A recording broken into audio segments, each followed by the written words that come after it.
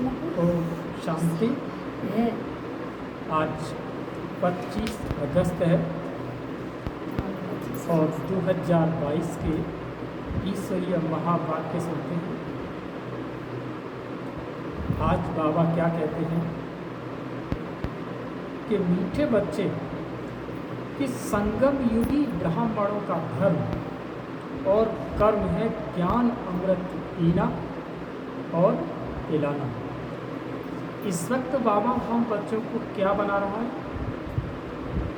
ब्राह्मण बच्चा बना रहा है। यहाँ की जो जातियाँ हैं वो भगवान की नज़रों में नहीं है, वो हमारे यहाँ की जातियाँ बनी बनाई हैं, लेकिन परमात्मा के यहाँ से कोई भी जाति नहीं है।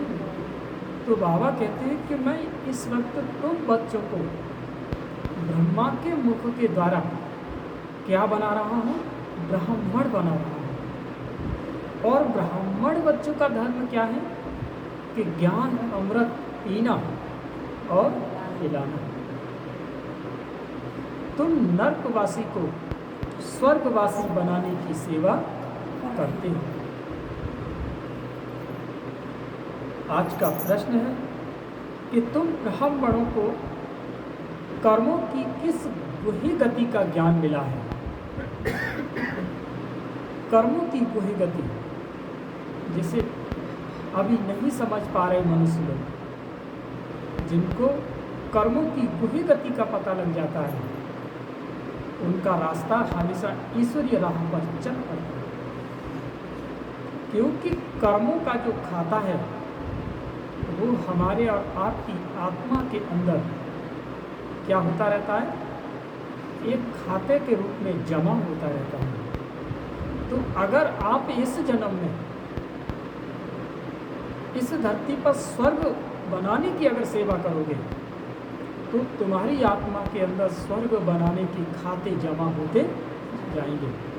तो जब आप स्वर्ग बना रहे हो और स्वर्ग का खाता बना रहे हो अपनी आत्मा के अंदर, संस्कार इकट्ठे कर रहे हो अपनी आत्मा के अंदर, तो आत्मा ही तो शरीर छोड़ करके जाएगी।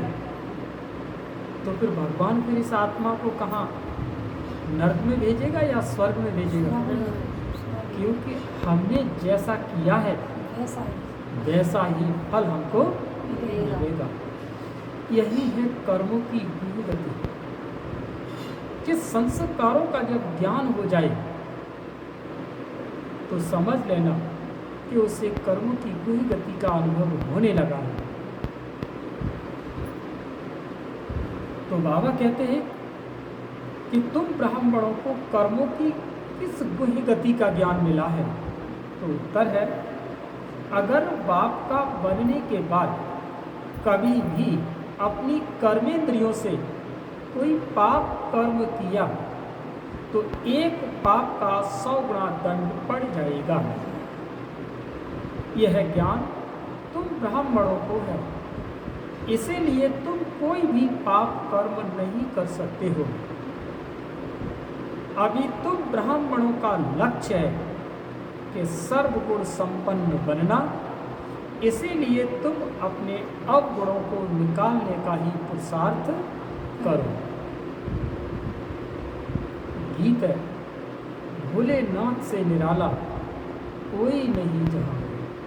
तो भगवान शिव परमात्मा, उससे भोलानाथ कोई नहीं है। इसलिए भोलानाथ क्यों कहा गया है?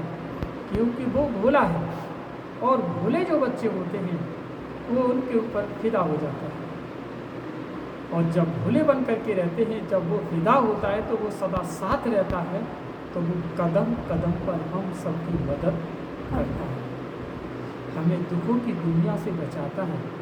वो कहता है बच्चे की, वो भोला है ना वो, तो वो अगर वो कांटों की ओर भी चलता है तो भी भगवान उन बच्चों को ऐसे इशारे देता है कि बच्चे ऐसे नहीं, ऐसे निकल के चलो।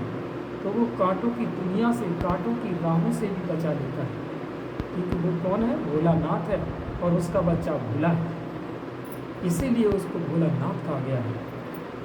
ओम शांति। गाँव में कह देता है घोड़ों पड़ा तो सीन हो गई तो सब चीज़ ले।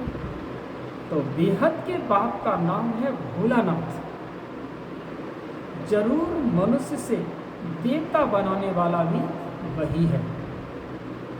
मनुष्य तो सब है आसुरी संप्रदाय, वह मनुष्य को देवता बना न सके।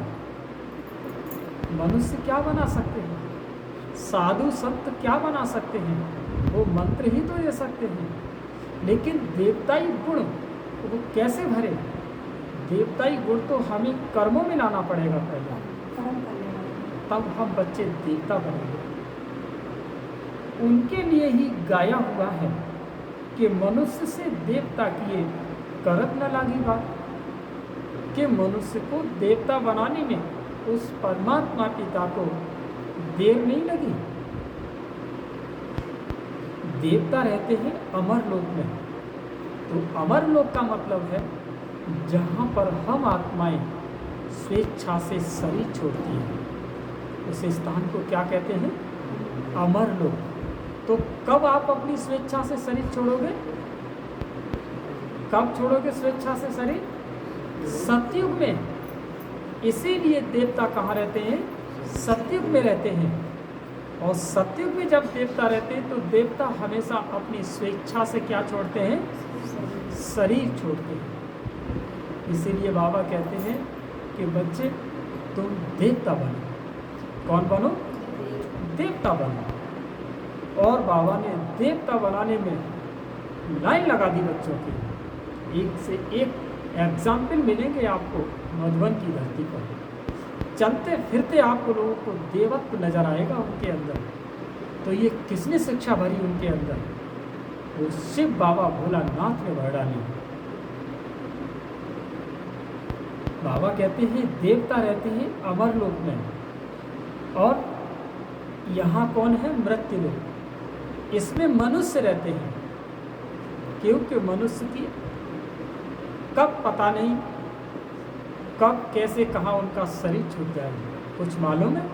कल का किसी को पता नहीं। ये मृत्यु लोक है, अकाली मृत्यु होती है। और अमर लोक में,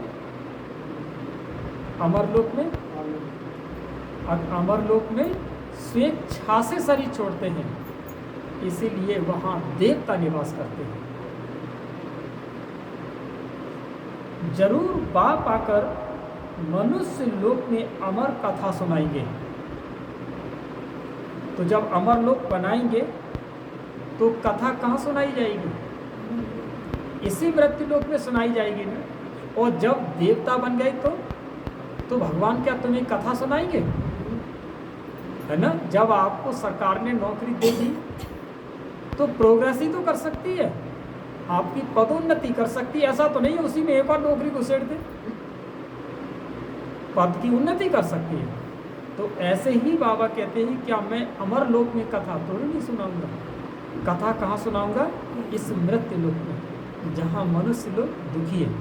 और मैं आकर के क्या करता हूँ? उन आत्माओं के अंदर दैवी गुणों से तो भरपूर करके मैं आत्मा को क्या बनाता हूँ? देवता गुण भर देता हूँ। इसलिए मनुष्य से मैं देवता बनाता हूँ। अमर बनाने के लिए अब मनुष्य से देवता किए करत न लागी बात। अगर ज्ञान समझ में आ गया तो फिर छूट नहीं सकता। जब गुड़ का स्वाद महसूस हो गया ये मीठा है, तब तो छूट नहीं सकता। ऐसे ही जब ज्ञान समझ में आ गया कि अरे यहाँ तो लाभ ही लाभ है, इस जन्म भी और जन्म जन्म भी, तो फिर कैसा भगवान के साथ संबंध नहीं, उसके साथ अटूट संबंध। हम उससे कभी दूर हो नहीं सकते। जब माउंट आबू की धरती पर थे, अभी 8-10 दिन पुरानी बात है, बाबा ने कहा कि बच्चे ये तो वो संबंध है मेरे साथ जो बच्चे छोड़ ही नहीं सकते, क्योंकि उनको कुछ मिला है, तो वो गहरा संबंध बन गया उनके साथ। तो बच्चे कभी उनको छोड़ ही नहीं सकते। तो बाबा कहते हैं देवता बनाने में देर नहीं लगती, बशर्ते कब ज्ञान समझ में आ जाए। और जब तक समझ में नहीं आएगा आपके अंदर टूटन क्रिया बनी रहेगी। कभी अप होंगे तो कभी डाउन होंगे, तो कभी अप होंगे तो कभी डाउन होंगे। कब? जब कहीं संशय है थोड़ा बहुत, और जब संशय खत्म हो गया तो फिर तो कोई दूर हटाने वाला ही नहीं। यह किसको कहा जाए? बाबा कहते हैं जरूर सूत्रों को ही अडॉप्ट करता होगा ना। भगवान आएगा तो सूत्र आत्माओं को अडॉप्ट करेगा। देवताओं को तो जरूरत ही नहीं, देवता होते ही नहीं है मृत्यु लोक में, सूत्र आत्माएं होती हैं। सूत्र का मतलब क्या है कि जो अपनी मानसिकता से गिरे हुए होते हैं, जिनकी मानसिकता में श्रेष्ठ विचार, श्रेष्ठ संकल्प, श्रेष्ठ कर्म, श्रेष्ठ स्मृति जिनके अंदर नहीं होती, उन्हें ही सूत्र कहा जाता है। तो कहेंगे कि सूत्र वर्ण के मनुष्यों को ब्राह्मण वर्ण में ले आते हैं। इतने सभी बच्चे कहते हैं कि हम ब्रह्मा कुमार कुमारी हैं, ब्रह्मा की संतान हैं, प्रजापिता है, तो उनको जरूर धर्म के बच्चे होंगे। वह मुख वंशावली है तो भी जरूर माता पिता चाहिए ना। मम्मा की भी मुख वंशावली कहेंगे, बाबा की भी मुख वंशावली, तो दादा की भी मुख वंशावली ठहरी। कुख वंशावली का यहाँ नाम ही नहीं। वह कलयुगी ब्राह्मण है कुख वंशावली, और तुम ब्राह्मण हो मुख वंशावली। कौन से ब्राह्मण बच्चे बन रहे हैं? मुख के द्वारा। क्योंकि आप देखते हो ना, कभी कभी बहुत बड़े घरानों में कोई किसी कन्या को पाल लेते हैं तो क्या कह देते हैं कि ये मेरी मुंह बोली बेटी है। होते हैं ना बड़े बड़े आदमी, उद्योगपति, जिन पर कन्या नहीं होती है तो कहते हैं वो एक कन्या को जरूर रखिए। तो फिर क्या कहते हैं, जब कोई उनसे पूछते हैं कि ये कौन है, कि मेरी मुंह बोली बेटी है। तो आज ब्रह्मा बाबा के माध्यम से हम बच्चे कौन बने? मुख वंशावली। तो मुख के द्वारा ज्ञान सुन करके जो बच्चे ब्राह्मण बने, वो तुम बच्चे हो ब्रह्मा कुमार और ब्रह्मा कुमारी। वह ब्राह्मण तो एक दो का हथियाला बांधते हैं विष पिलाने के लिए, और तुम ब्राह्मण अमृत पिलाने परमात्मा से हथियाला बांधते हो। आप लोगों को जब ज्ञान सुनाते हैं तो क्या कहते हैं? पवित्र बनो। क्या बनो? पवित्र बनो। तो इतना बड़ा संकल्प कोई देता ही वहाँ? कोई नहीं देता। तो बाबा कहते हैं कि वो ब्राह्मण विष पिलाने का हथियाला बांधते हैं, रिश्ते जोड़ते हैं, इसलिए शादी कराते, ये कराते हैं, वो कराते हैं। और लेकिन बाबा क्या कहते हैं? मैं तुमको पवित्र बनाने का हथियाला बनवाता हूँ तुम ब्राह्मणों से। कितना अंतर है। वह नर्कवासी बनाने वाले और यह स्वर्गवासी बनाने वाले ज्ञान अमृत से मनुष्य से देवता बनते हैं। हम ईश्वर की औलाद बनते हैं। किसकी औलाद बन रहे हो? ईश्वर की औलाद। तो फिर मदद भी मिलती है, फिर मदद भी मिलती है। बाबा ने क्या कहा? फिर क्या मिलती है? मदद भी मिलती है। सगे और लगे भी है ना। आज बाबा कितनी गहराई से बता रहे। सगे और लगे। सगा वो जो भगवान की राह पर चलता है, जो ईश्वर की राह पे समर्पण हो जाता है, वो सगा बच्चा है। और लगा, जैसे आज आप यहाँ देखते हो,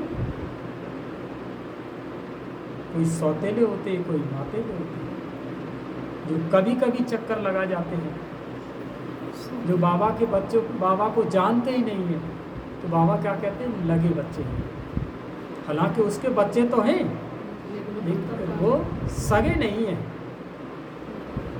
प्यार किस पे जाता है?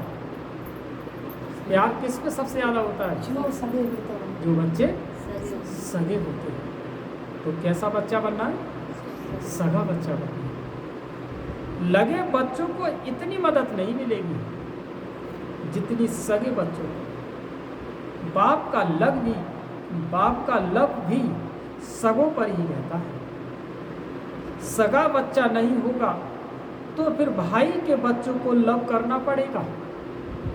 जब अपना सगा नहीं होता है तो वो अपने भाई के बच्चे से प्यार करता है। वह धर्म का बच्चा बनाना पड़ेगा। अब तुम वर्णों को जानते हो,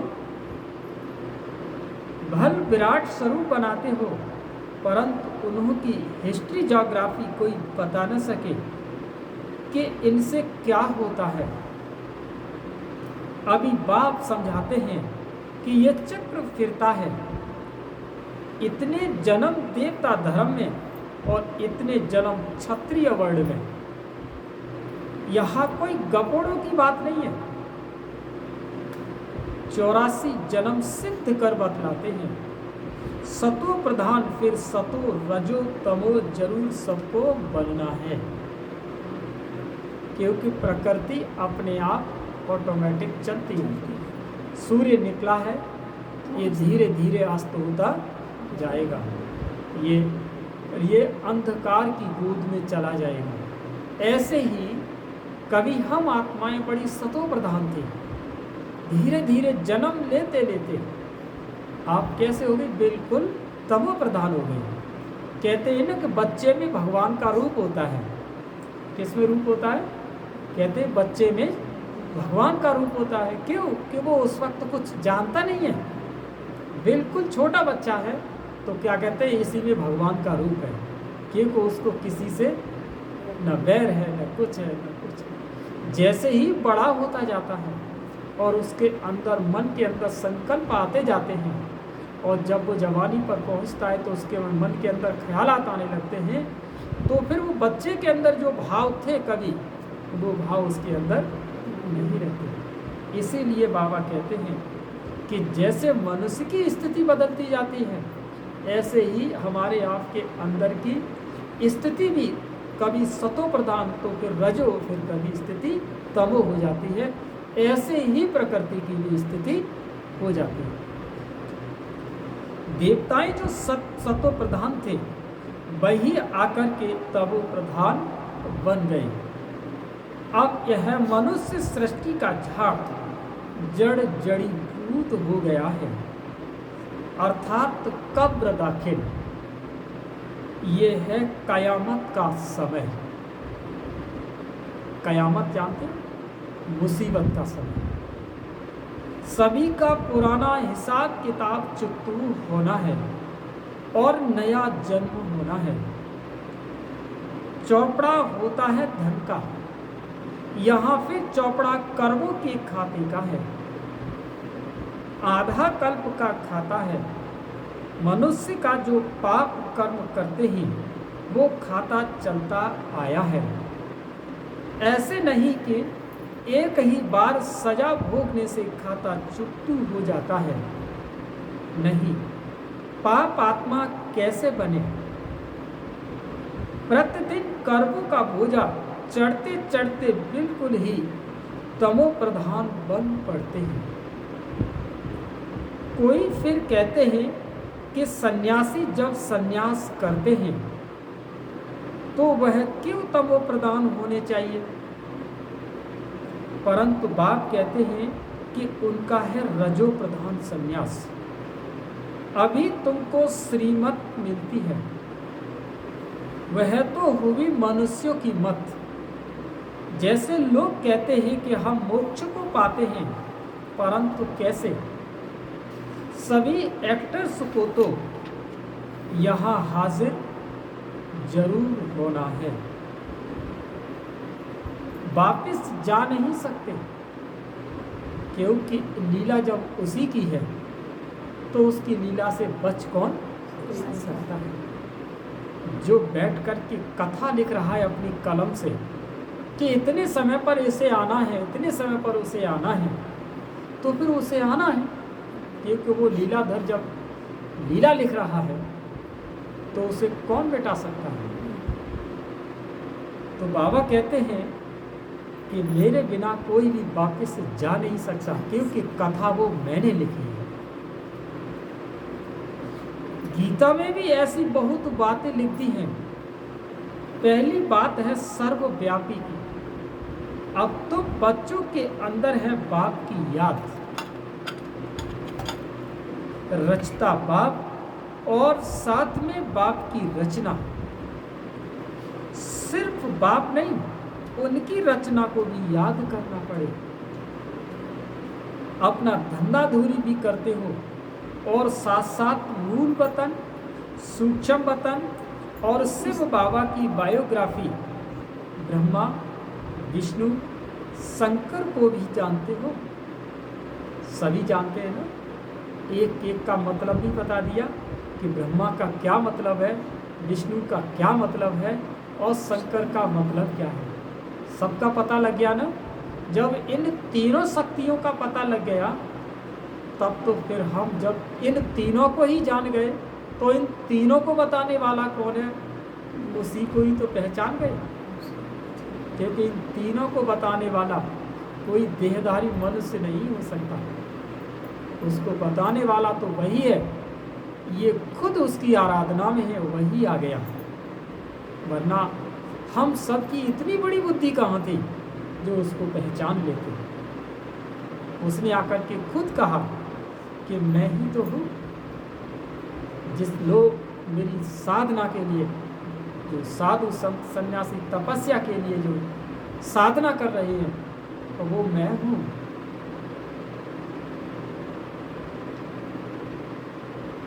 फिर संगम युग के जगत अम्बा, जगत पिता को भी जान लिया है। जगत अम्बा सरस्वती गाई जाती है, उनके चित्र अनेक हैं। वास्तव में मुख्य एक है, जगत अम्बा सरस्वती। यह ब्रह्मा व्यक्त है जो अव्यक्त बनता है। अव्यक्त के बाद वह ब्रह्मा फिर साकार महाराजा श्री नारायण बनते हैं। फिर 84 जन्म शुरू होते हैं। तो महाराजा कब बनेंगे? शुरुआत ब्रह्मा बाबा की कब से होगी? महाराजा महारानी श्री लक्ष्मी के रूप में। कहाँ से होगी? सतयुग से प्रारंभ होगी ये कहानी। अब तुम धंधाधोरी भी करते रहते हो तो कर्मेंद्रियों से ऐसा कोई पाप कर्म नहीं करना है जो विकर्म बन जाए, नहीं तो सर्वगुण संपन्न बन नहीं सकेंगे। गाते हैं ना कि मुझ निर्गुण हारे में कोई गुण नहीं। इस समय है ही झूठ खंड, सचखंड स्थापन करने वाला एक बाप है। इस समय सभी मनुष्य मात्र निधन के बन पड़े हैं। सभी मनुष्य कैसे? निधन के। धन की बात ही छोड़ो, उन आत्मा के अंदर भी इतनी विकारों से घिरी हुई है। तो जब आत्मा विकारों से घिरी हुई है तो व्यक्ति ऑटोमेटिक निधन का होगा। आत्मा के अंदर जितनी पवित्रता होगी उसके पास किसी भी प्रकार की कमी नहीं रहेगी, क्योंकि पवित्रता उसी की दी हुई है। जब पवित्रता उसकी दी हुई है और तुमने उसी पवित्रता को पकड़ लिया तो फिर वो करण करावन हार आपसे जा कहाँ सकता है, क्योंकि पवित्रता उसकी शक्ति है और उसी को आपने पकड़ लिया। तो फिर वो कहाँ जाएगा बच के? वो जा नहीं सकता। और वो जहाँ आएगा वहाँ किसी भी प्रकार की कमी हो नहीं सकती। अभी तो बच्चों में कोई भी अवगुण नहीं होना चाहिए। सबसे पहला अवगुण है देह अभिमान का। देही अभिमानी बनने में बहुत मेहनत है। देह अभिमान के कारण ही और सब विकार आते हैं। अहंकार है पहला नंबर शत्रु। बाप डायरेक्ट कहते हैं कि लाडले बच्चे देह का अहंकार छोड़ो, मुझे तो देह है नहीं, मैं इन आर्गन्स द्वारा आकर बतलाता हूँ। तुम इन आर्गन्स से सुनते हो और समझते हो। अब बेहद का बाप मत देते हैं कि मुझे याद करो तो तुम्हारे विकर्म विनाश हो जाए। कोई भी ऐसा पाप कर्म नहीं करो जो बदनामी हो और पद भ्रष्ट हो जाए।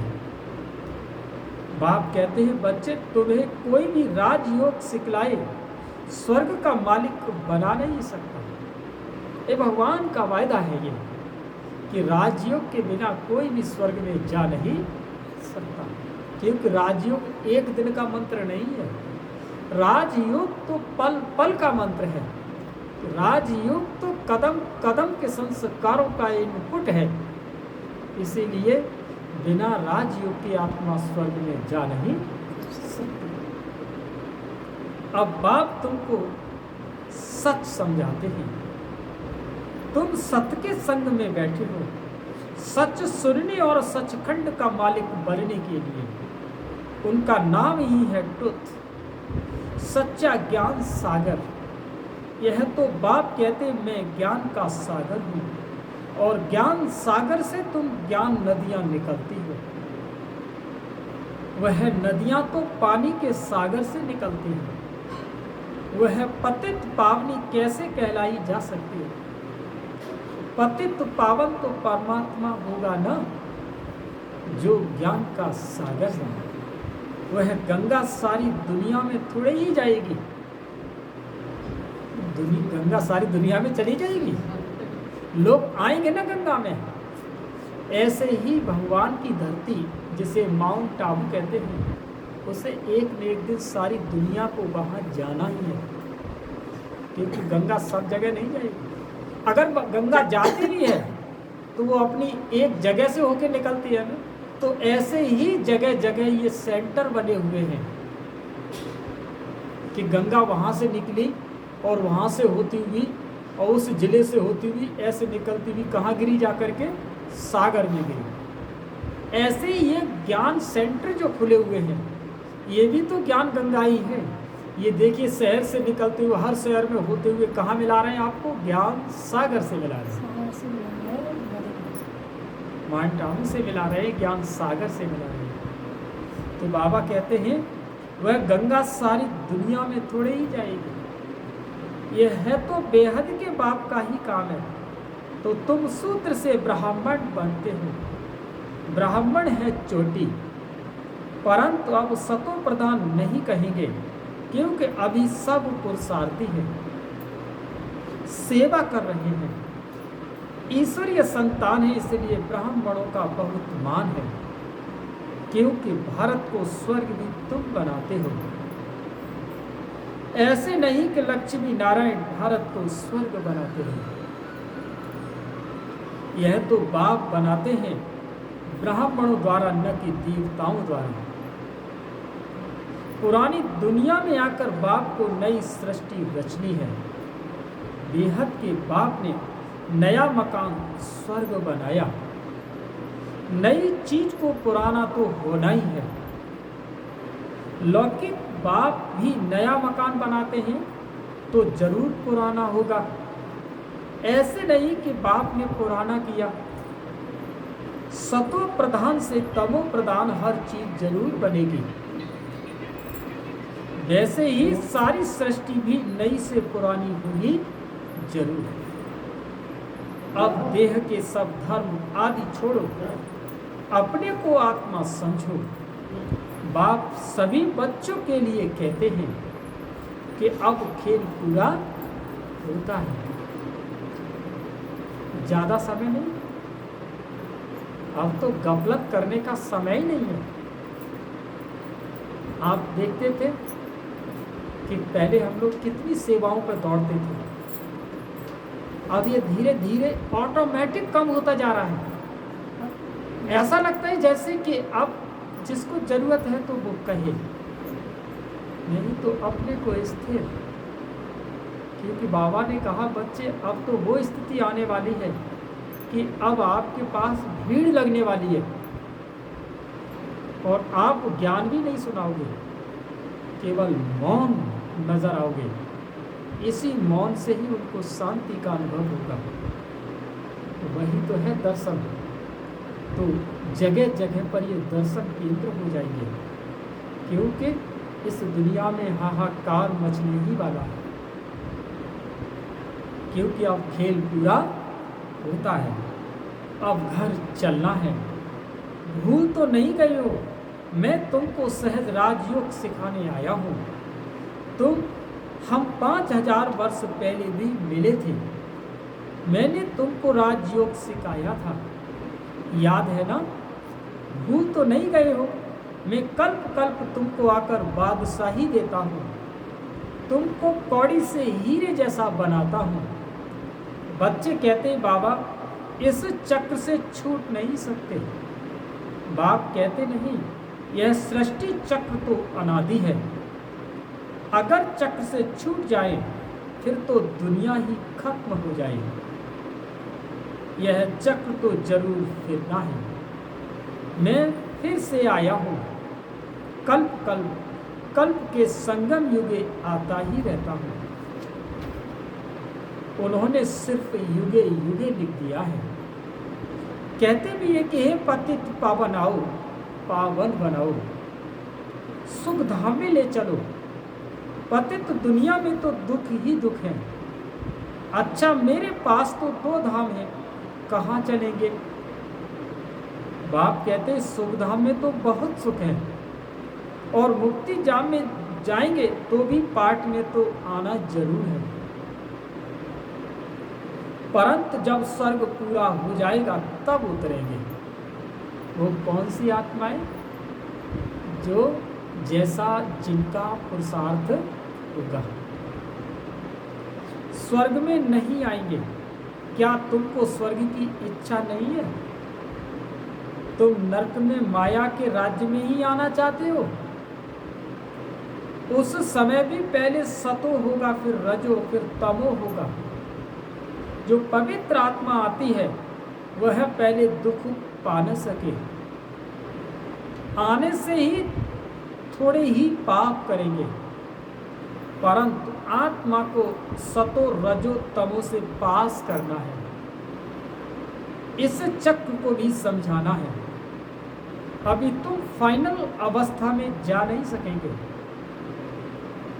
स्कूल में भी 12 मास के बाद इम्तहान फाइनल होता है। अंत में तुम्हारी अवस्था परिपक्व होगी, बहुत वृद्धि को पाएंगे। कितने सेंटर्स खुले हैं। सेंटर्स के लिए तो बहुत कहते हैं, परंतु टीचर्स इतनी तैयार नहीं है। बाबा क्या करें? टीचर नहीं है।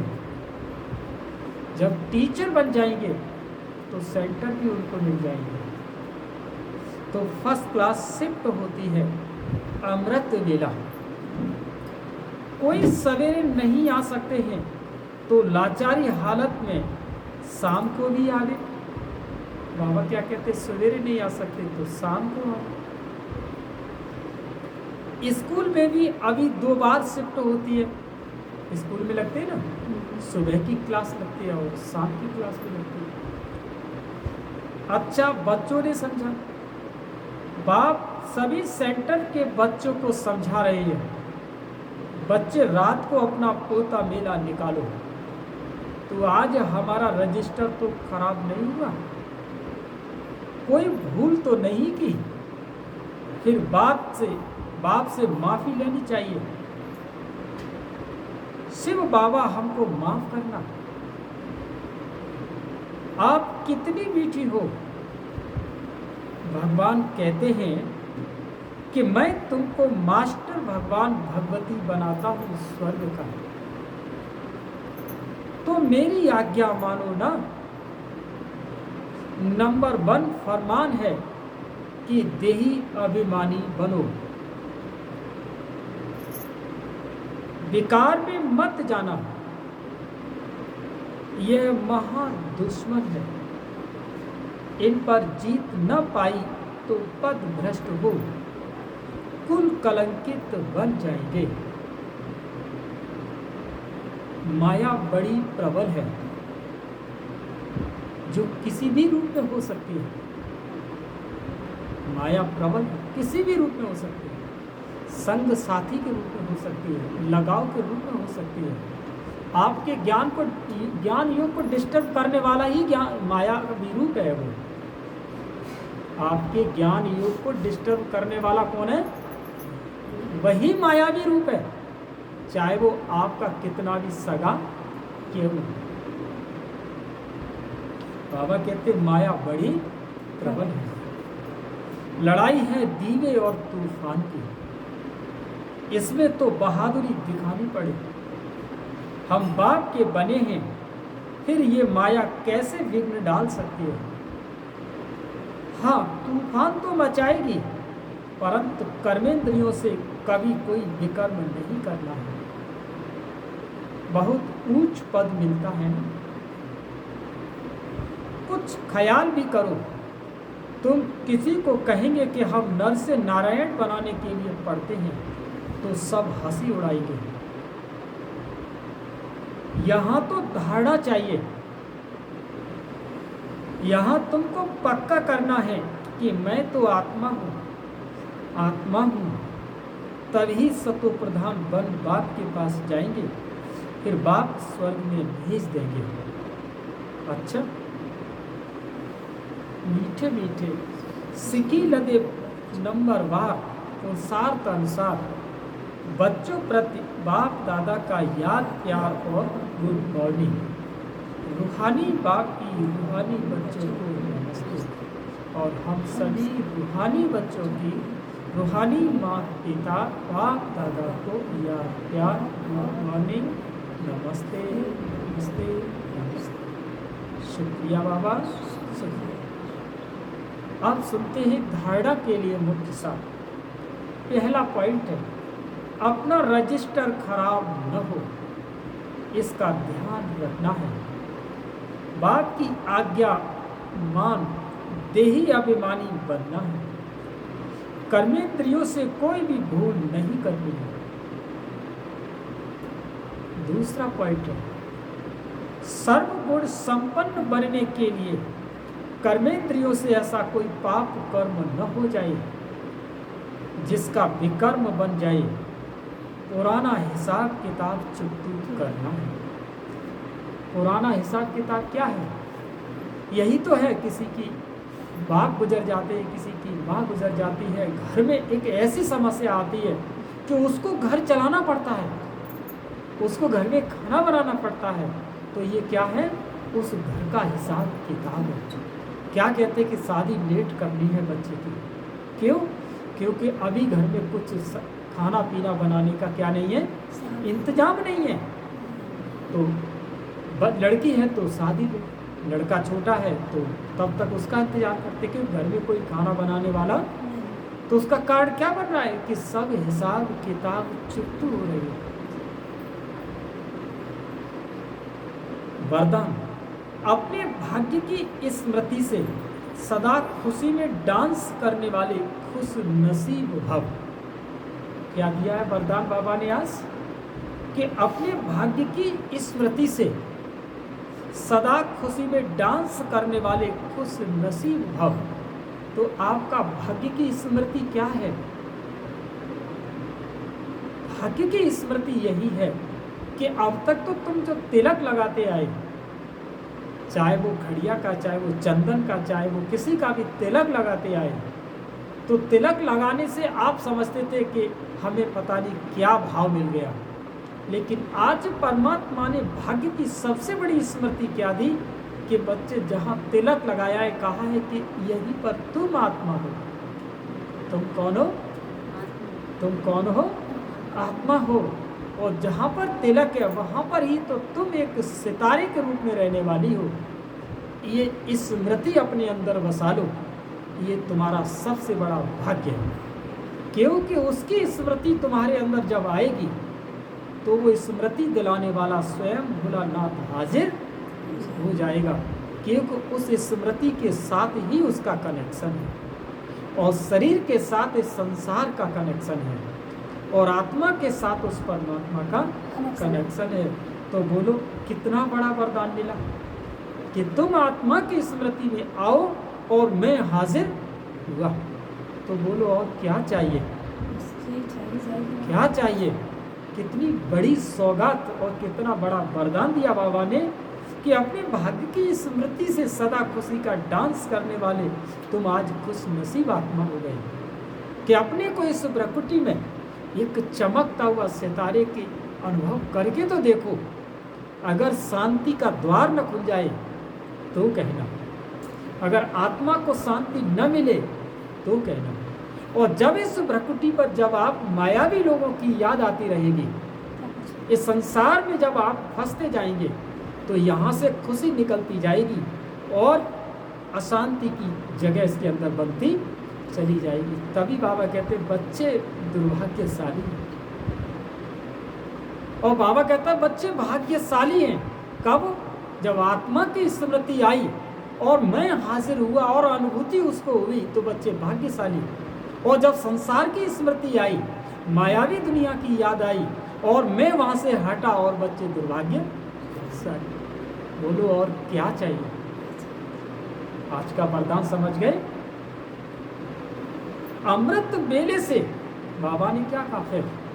अमृत वेले से रात तक आप ब्राह्मणों को जो श्रेष्ठ भाग्य मिला है उस भाग्य की लिस्ट सदा सामने रखो। क्या? और यही गीत गाते रहो कि वाह मेरा श्रेष्ठ भाग्य। पहला कि मुझे आत्मा की स्मृति दी, मुझे आत्मा की स्मृति दी कि मैं देह नहीं, इस देह को चलाने वाली मैं कौन हुए? आत्मा। तो मेरा कितना बड़ा भाग्य, वाह मेरा श्रेष्ठ भाग्य। जो भाग्य विधाता ही अपना हो गया, जब जब याद आई आत्मा की और वो भाग्य विधाता अपना हो जाता है। इसी नशे में सदा खुशी का डांस करते रहो कि भाग्य विधाता हमारा अपना हो गया। कुछ भी हो जाए, मरने तक की भी बात आ जाए, क्या कहा बाबा ने आज? मरने तक की भी अगर बात आ जाए लेकिन खुशी नहीं जाए। चेहरे से क्या नहीं जानी चाहिए? खुशी नहीं जानी चाहिए। शरीर चला जाए हार जा नहीं, लेकिन खुशी नहीं जानी चाहिए। क्यों? कि अगर खुशी अंदर है तो वो आत्मा के अंदर संस्कार के रूप में बैठी है। शरीर चला गया तो आत्मा के साथ खुशी चली जाएगी। शरीर जाएगा तो आत्मा के साथ क्या जाएगी? खुशी चली जाएगी। वही तो भगवान देने आया है कि आज के दिन अगर हमारी खुशी नहीं रही तो आज का दिन हमारा दुर्भाग्यशाली चला जाएगा, हो जाएगा। आज स्लोगन क्या है? हर्षित मुख रहना है तो साक्षीपन की सीट पर बैठ दृष्टा बनकर हर खेल को देखते चलो। अगर चेहरे पर मुस्कुराहट अगर आपको लानी है तो बाबा ने क्या कहा? साक्षी दृष्टा से क्या स्व स्थिति से स्वयं अपने आप को इस भ्रकुटी के सिंहासन पर बैठ करके कि मैं आत्मा कितनी भाग्यशाली हूँ कि वो भाग्य विधाता मेरा अपना हो गया, वो मेरा अपना हो गया। जब चाहता हूँ तब मैं उसको बुला लेता हूँ। आपने कहा और वो हाजिर हुआ, क्योंकि वो हाजिर हजूर है। वो तो कितना ऊंच और कितना भाग्य, कितने भाग्यशाली आप आत्मा बन चुके हो। बाबा आपको कब से पढ़ा के तैयार कर रहा है। क्या कह रहा है? कि बच्चे ऐसे करो, ऐसे करो। मैं तुम्हें वो वरदान देने जा रहा हूं, मैं आपको वो वरदान देने जा रहा हूं कि अब तक में जब मैंने जो कहा और वो आपने किया, और अब आप जो कहोगे वो होगा यहाँ। तो बोलो और क्या चाहिए? जो आप कहोगे वो होगा यहाँ, क्योंकि अब तक जो मैंने कहा है वो तुमने किया, और जो अब तुम कहोगे वो मैं करूँगा। तो और क्या चाहिए? अच्छा, आज दादी प्रकाश मणि जी के 15वें स्मृति दिवस पर उनके अनमोल महावाक्य हैं। आज दादी प्रकाश मणि का भी भोग है और बृहस्पति का भी भोग है। तो 15 स्मृति हैं, 15वीं और 15 ही उनके महावाक्य दिए गए हैं। उसके बाद लगाते हैं। पहला पॉइंट है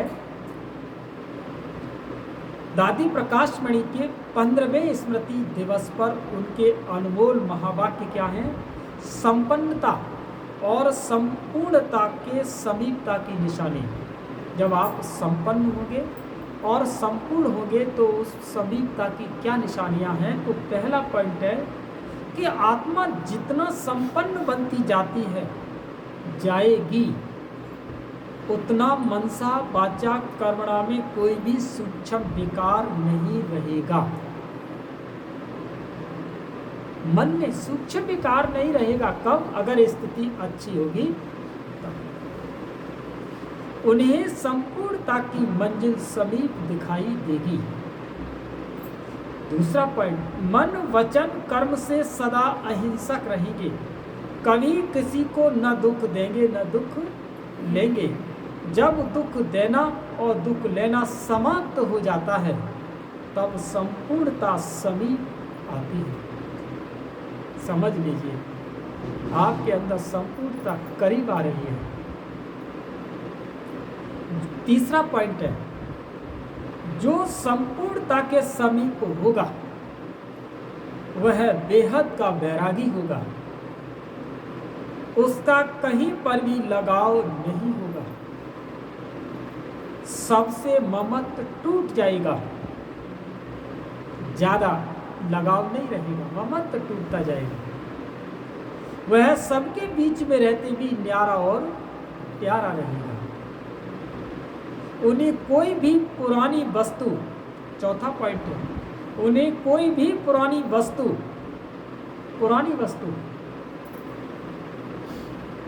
तत्व सहित अपनी तरफ आकर्षित नहीं करेगी। वस्तु तो वस्तु और तत्व भी इनको अपनी ओर आकर्षित नहीं करेगी। वो सदा एक बाप की ही आकर्षण में रहेगा। बस उसके मुखमंडल पर वो नाचता हुआ दिव्य लाल गोला उसके मस्तिष्क पर छाया रहेगा।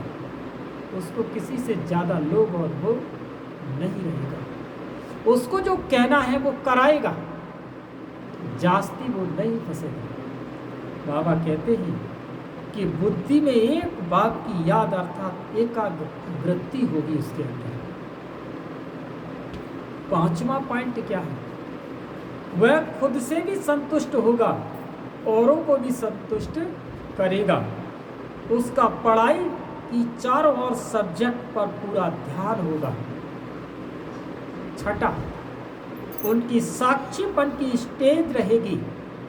सदा साथी का साथ अनुभव होगा कि जैसे भगवान मेरे साथ है, बाबा मेरे साथ है, उसको ऐसा अनुभव होगा। देह अभिमान की बुद्धि से अथवा पुरानी चाल चलन से किसी को भी दुख नहीं देगा। दृष्टि वृत्ति में रूहानियत और अलौकिकता होगी। 7, प्योरिटी में फुल होगा। सिर्फ ब्रह्मचर्य नहीं लेकिन ब्रह्मचारी होगा। जैसे ब्रह्मा बाबा ने करके दिखलाया, वो भी कुछ ऐसे ही करके दिखाएगा। किसी में भी उसकी आंख नहीं डूबेगी, क्योंकि उसे नशा रहता है हम किसकी संतान हैं। 8वां पॉइंट, वह किसी का अवगुण चित्त पर नहीं रखेगा।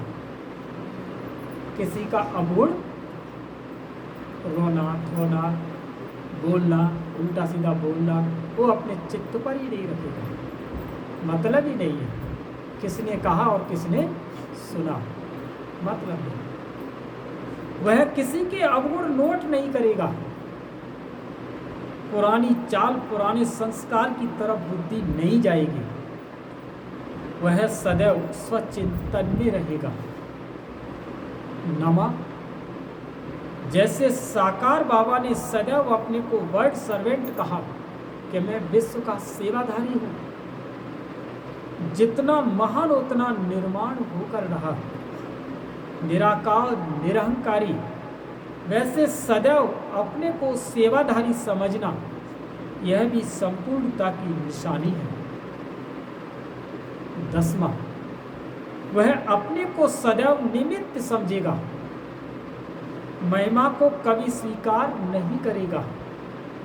महिमा होगी जरूर क्योंकि सेवा की है, लेकिन निमित्त समझने के कारण मुख से बाबा बाबा ही निकलेगा। वह महिमा में खुश नहीं होगा और निंदा से भी घबराएगा नहीं। दोनों में स्थिति उसकी समान होगी। 11वां पॉइंट है, वो सबका संबंध एक बाबा से ही जुड़ाएगा। उसके मुख से बाबा के प्रति स्नेह के बोल निकलेंगे। प्यारे बाबा ने हमें अपनी प्यारे से प्यारी चीज दिव्य बुद्धि की सौगात दी, उस सौगात को संभाल कर रखेगा। 12वां पॉइंट, ज्ञान का तीसरा नेत्र सदा खुला रहेगा। ज्ञान नेत्र खुला होने के कारण सदैव समर्थ संकल्प चलेंगे। यह भी संपूर्णता की निशानी है। 13वां पॉइंट, उसका हर कर्म श्रीमत प्रमाण होगा। हर कर्म श्रीमत में कभी मनमत मिक्स नहीं करेगा। दिव्य बुद्धि के आधार पर हर कर्म होता रहे, यह भी संपूर्णता की निशानी है। 14वां, वह आज्ञाकारी वफादार होगा। वो एक बल एक भरोसा, सर्व संबंध एक से, किसी तरफ भी झुकाव नहीं। ऐसा लगाव झुकाव से मुक्त होगा। ज़्यादा लगाव झुकाव नहीं, केवल बस बाबा और मैं, ज़्यादा नहीं। और 15वीं स्मृति दिवस में 15वां है कि उन्हें कोई भी परिस्थिति नथिंग न्यू लगेगी।